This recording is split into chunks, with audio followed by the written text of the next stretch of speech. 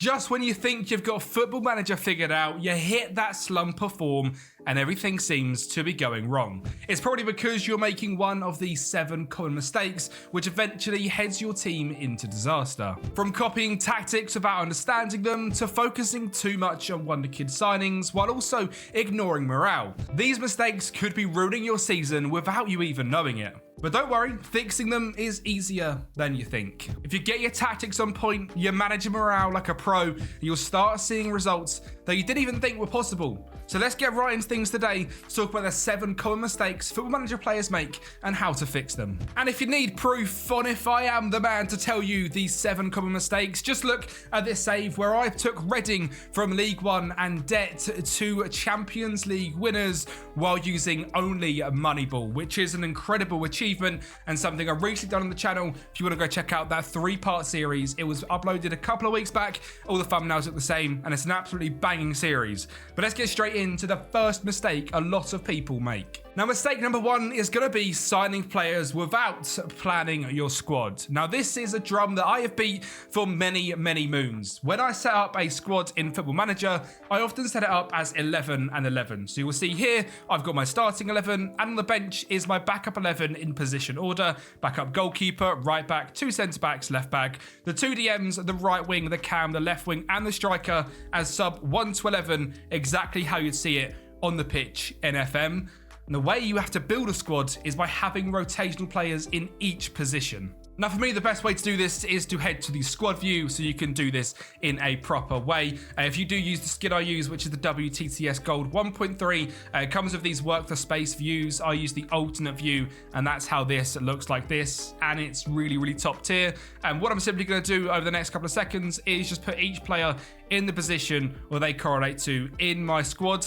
And you'll see the full 11 and full 11 backups have been built up. So now we've got the squad laid out in this way, I think it's really easy to go through and see which positions need improving. Now you need to do this based on their average rating and their current ability, while also using what you've seen in the match engine. So Kanaya Boys Clark, my whole thing with this Reading rebuild is I wanted some Reading players to go to the Champions League from the start, and Kanaya was one of them. Now, realistically, that I've completed this challenge, he is now 34 years of age, stats declining, average rating 7.06. It's probably time to move him into being a backup. At 34 years of age, keeping that experience around is really good. So instantly, we've opened up that right back position, the goalkeeper position to be improved, and you can see that straight away at the top here. Makes it very easy just to understand. Left back wise, we're looking at Javers and Julian Schmidt. Now Schmidt on a 6.97, Javers on a 7.15, both 3-star, great rotation options for each other. Centre backs wise, Cardozo and Burkic are both young, with Ivanov and Redicke, who are both slightly more experienced, especially Redicke at 31, all doing really well with rotation. And at right back, we've got Mostrup and Westergreen, both young, both really good, and can both rotate. So no defensive options are needed this summer. Moving on to the DM positions, you can see we've got Yu Kyung Ho and Sahin Ozgadan alongside Matija Stepanovic and Francisco Drazzoli. The 2 DMs link up to position 6 and 7. Stepanovic, now 33 years of age and no longer good enough. Yu Kyung Ho, I'd probably say isn't going to be good enough to be a starting DM and can move into that backup position. So we're going to move him down into sub 6 and remove Stepanovic. Instantly you can see you're looking for a goalkeeper and a DM. The other DM is class. Your wingers, we've got Alejandra and Rivas, both 3.5 star. Rosales and David Leculme. Now, are they good enough? Rosales just grabbed 23 goals and 8 assists. He is definitely good enough despite only the 3-star current ability. And David Leculme is a player come through the academy. Again, someone that I kept throughout this rebuild. Probably you could go and get someone better in this position. So sub 9 we will take out. Into the left wing position, David Martinez and Fernando Garridos. Now this is, for me, perfect. We have a 31-year-old left winger who has been a bit of a club legend at this point with David Martinez. And then we've got new Mexican left wing signing Fernando Grandos, who has been here for 2 years. He's just 21 years of age. For me here, there's no need to sell, but there is need to rotate and start with Grandos now as our starting left winger. Argentina. And up front, we have got Luis Banega, the Argentinian, who just scored 31 goals. And actually, we're going to bring in on loan player Connor O'Brien, who's been in the championship, just scored 23 goals there. We're going to move him up into the first team and make him the backup striker. So what we can see here for this transfer window, we need to sign a goalkeeper, a defensive midfielder, and a backup cam. Potentially filling out these sub 12 to 15 options with 18-year-old wonder kids, either from your academy, the development centre, or going in to the transfer market and trying to find them wonder kid players that are hidden and really cheap, simply to fill the squad out that little bit more, especially when you're in Europe. Before we do get into the next tip for you guys, make sure you are smashing that like button on the video, subscribing to the channel as well. Around 70% of you that are watching this video right now are not subscribed. We make rebuilds on here, we make lots of tutorial videos on here, and going into FM26 next year, we are looking to be on 20,000 subscribers,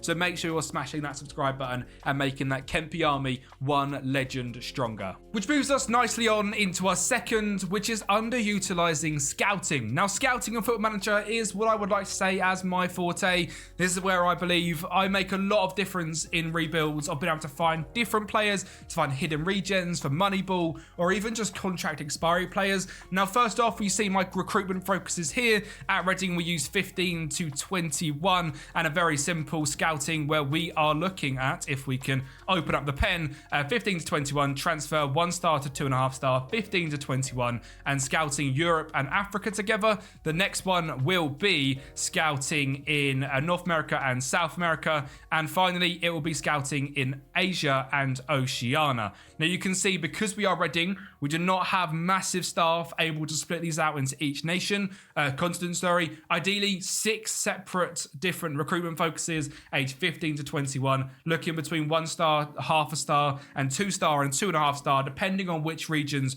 you're going on to. For potential ability, you'll find so many wonder kids using this method. If I simply head to my scouter players, go under the age of 21, sort this by A+ requirement minimum, we are looking at so many players in here which would come into this team and be absolutely fantastic. Some of them bargains, like Marin Mitrovic here.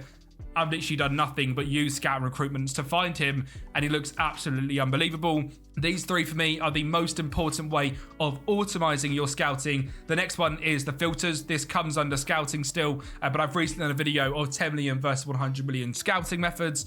Go back and watch that if you want full sort of almost proof and validation of how important scouting can be, because you've got our contract expiring one here, which is great for finding players which their contract is expiring, and you've got our Moneyball footer here, which is fantastic at finding Moneyball sightings, and our Hidden Gem Internationals one, which for me is my favourite and where a lot of this squad is built from, alongside the Moneyball scouting. Someone like Sergej Brikovic, I believe, was used finding the Moneyball, but would also come up in the exact same hidden, because he was doing unbelievable at Dynamo, cost us £9.5 million, now valued at 85. Unbelievable centre-back, and a lot of this squad was built using their methods as well as the Moneyball methods. So underutilising scouting is something a lot of people do, and really it's the best way to build your squad. And moving on to point 3, the way you can get better scouting is by utilising your staff and making sure your staff are top of the range in medical, recruitment and coaching staff. Now I've loaded up a save here as Manchester United to come and show you what the best staff can look like and how important these different ones can be. Now for scouting, obviously you're looking at the, for United, the amount of scouts we've got is absolutely ridiculous. So of course we've got the best in class at each. But the way you can really improve your scouting with this many scouts is looking at your scouting coverage and your world knowledge. Now I've just loaded up a random save, so I've not gotten actually put this into place in this save in particular. But what you want to do is make sure you fill as much of this map in green, whether that's hiring staff which have knowledge of African countries or China countries, or whether that's hiring staff which are good in Africa or good in Asia, South America, North America. You can see here at United, South America and Europe completely covered off, but a lot of the big nations in Africa like Nigeria, Senegal, Cameroon, Algeria, Morocco, Egypt are not being scouted, or we have no knowledge of that area. To go and find the best wonder kids from them areas, you need scouts which instantly know who to look for, especially in the early stages. Eventually, if you send them and they purely scout in that region, they will get knowledge of that area. But there is lots of scouts out there which already have knowledge. I mean, if we just do it live for you here, we go to the staff search, we head into staff role, recruitment team, and scouts. Then head to additional positions and world knowledge, and at least extent in, we'll go to Africa and we'll go to Nigeria, because it's one of the hotbeds for Wonder Kids in Africa on this game. Someone like Nikolai Adam, he's a very, very good scout. He has knowledge of Nigeria, Senegal, Azerbaijan, India, which is awesome, Australia, which is really rare for Oceania, and a whole bunch. So this guy would be great to instantly bring into United, because he has really key scouting in Oceania and in Africa. So wherever you want to send him out of them two, this guy will be great for that. If you can build your scouting department where, especially as a small club like we was at Reading, where one's good at Europe, one's good at Africa, one's good at Oceania and Asia, one's good at South America, and one's good at North America, you'll scout so much better than just having people that have no idea of the region. And for me, that's the massive thing with staff, is that area. Now, of course, in the medicals department, that obviously helps in keeping injuries to a minimum and injured players coming back quicker. And in the coaching department, for player development, it is so important. Having better coaches, of course, makes players develop at a better rate. Now, this isn't just in your first team. You can also look into your under-21 staff. You can see a United top tier under-21 staff and under-18 staff could possibly do with a little bit of improvement. There is gap there to do it, 4 out of 8. Make sure you are filling all of them staff points, especially if you've got money. If you're like a step 10 team, or you're doing a non-league to legend type of thing, staff can be very, very expensive, so be careful there. But if you are a top side, even just in the Premier League or even Championship or anywhere in Europe at a top level, fill out your staff as much as you can. If your board are quite stingy on staff, come in, make a board request. Staff, coaches allowed in, for me here, all I can really do is under 21s. We can also go down to performance analysis allowed, or physios allowed, or even scouts allowed. So we can ask for a bunch of different scouts or bits like that. And underutilizing your staff is another thing people really don't do, and is really important to progressing your save on to the next level. Now, point 4, and for me possibly the most important one, is all about morale.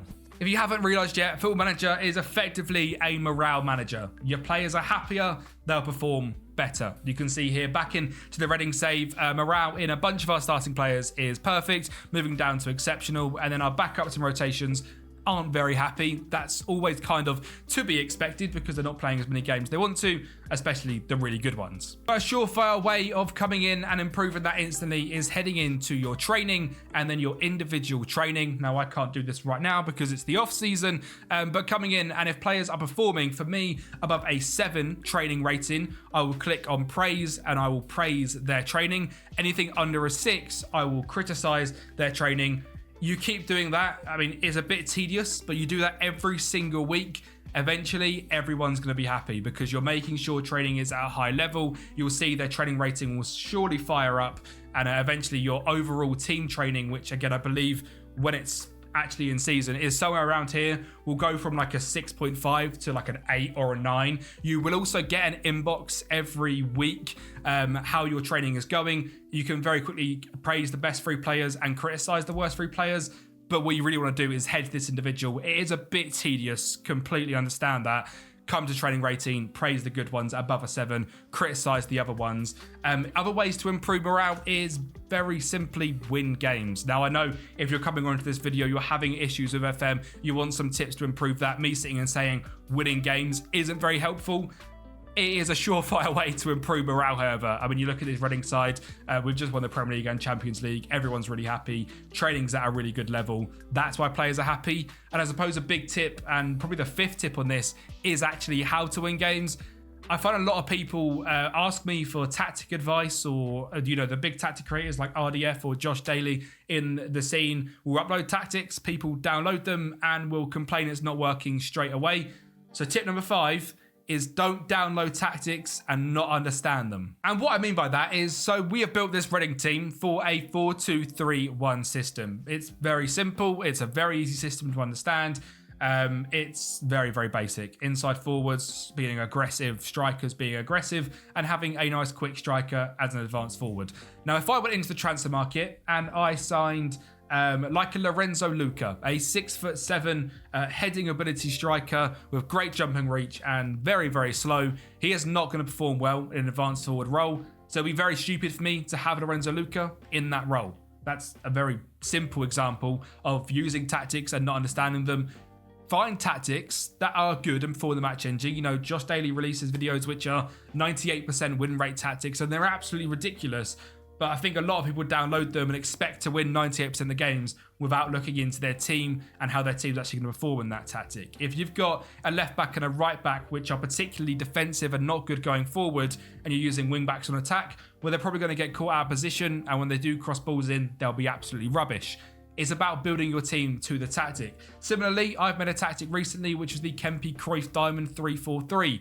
If I was in non-league and tried to use this tactic, I would get absolutely bullied. This tactic is very complicated. There is positional play all over the place. Pretty much every instruction has 2 or 3 individual instructions onto it. Even the centre backs have 3 instructions either side of them. If you give this to a player who has poor mental ability in non-league or League 2 or League 1, they are really going to struggle, despite me potentially saying this is the #1 tactic you use. It's 100% win rate.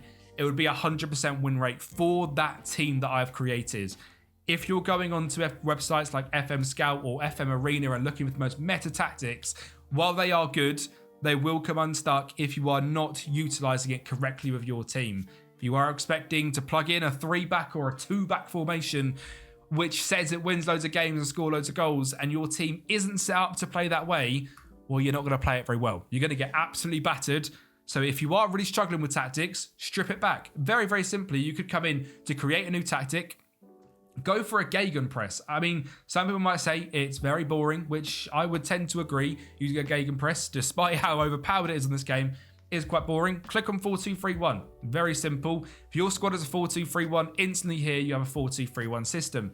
Now, how are we going to make this as easy as possible? We're going to change a pressing forward to an advanced forward because our striker is quick, good finishing, good composure. Our wingers, let's look at Rivas. He's got decent dribbling, good finishing, and still pretty good speed. He is not great at crossing, so we're going to stick him to an inside forward. Rivas, however, better at crossing. Keep him as a winger. We've got, for some reason, our left back playing in the cam role, so we picked this by best 11. Rosales, we've seen how good he is at finishing. He scored 23 goals. Attack midfielder on attack works really, really well for him. He's got good speed, so can get him behind as well. If you're looking for most meta, just change these 2 to double defensive midfielders on support. You'll win every single game. This is the most overpowered way to compete in a midfield, regardless of your team.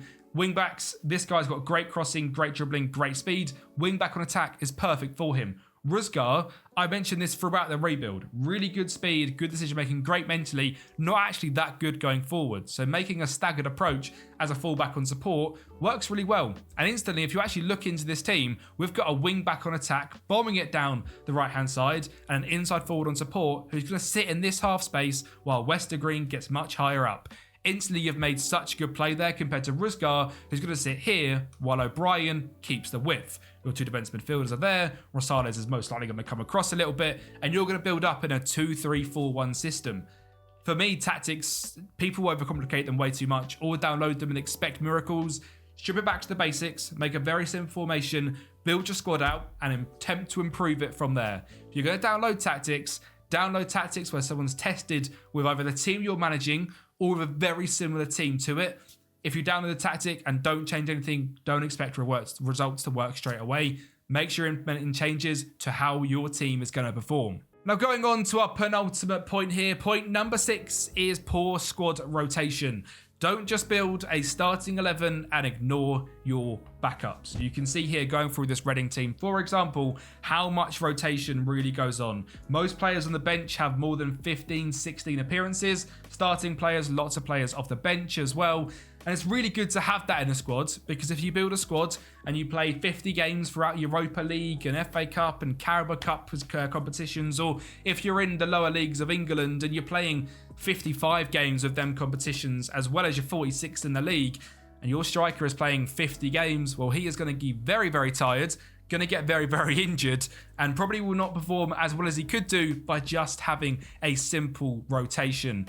Which is going to go on to point number 7, which is about don't just sign wonder kids. Now, I have said throughout this video and throughout multiple videos of how to build a squad correctly. Again, I'm going to show you the Reading one because it's the one we are currently on. You look at this team that just won the Champions League and the Premier League, the age profile here, we have 6 players over the age of 30. We have above the age of 24, we have 6 as well. And then from 24 to 20, well, it's actually everyone. So from 24 to say 23 is 7. And then our Wonder Kid basis is from 22 down to 20 is 9. You can see a squad which is built out correctly in terms of ages. If you have a squad which is full of 16 to 21 year olds, well, you're going to struggle a hell of a lot. I've done many rebuilds on this channel doing a youth only challenge where we are only allowed to use the players which are from the youth academy of the club.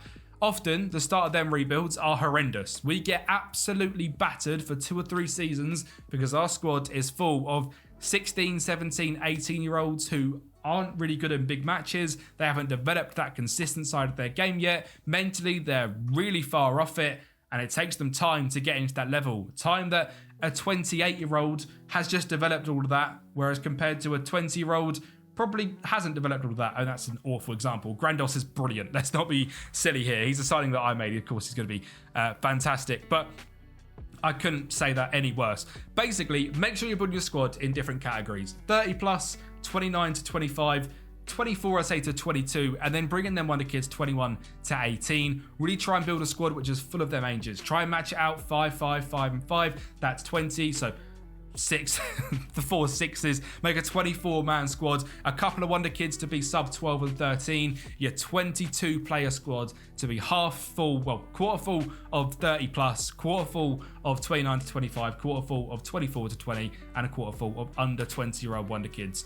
And trust me, your sort of morale will help anyway. That will play a massive part in your mentoring. If you see here with our assistant how we've got all of our mentoring laid out, we've got team leaders like Waylon Redicay, who is a 31-year-old resolute personality who is going to be helping out Daniel Westergreen and Francisco Jascioli, a 20 to 24-year-old. We've got a 28-year-old helping a 21 and 24, a 33-year-old helping 2 21-year-olds, a 31-year-old helping a 23 and 22, and a 30-year-old helping a 24 and 21-year-old. This was full of 18 to 21-year-olds. We would not be able to do very good mentoring. Our big players like Waylon Redicay, who's a team leader, would be a 21-year-old captain who, let's be real here, probably hasn't got the mental stats to be a leader, is purely being shipped into that role because all I've done is sign Wonder Kids. And I see it in Twitch chats that I go into, I see it on rebuild comments, I see it in even the views on rebuilds, to be honest. The Wonder Kid videos do so well. But trust me, the best way to play FM is not just sign your 16-year-olds from Serbia centre-backs. Actually build a well-rounded squad. And for me, that is my 7 tips to really master FM24. If you're struggling and you've got, or you want help on anything else, get it in the comments down below. I respond to every single comment which is left on my videos. It's something I've done for 3 years. If there is a specific topic which you are struggling on, get it in the comments down below, or feel free to join the Patreon for paid or for free. Drop me a message and I'll have a full-on conversation with you and I'll help you out with your current issues. Thank you so much for watching. Make sure you're liking the video. Subscribe to the channel. Make sure you get us to 20k by FM26.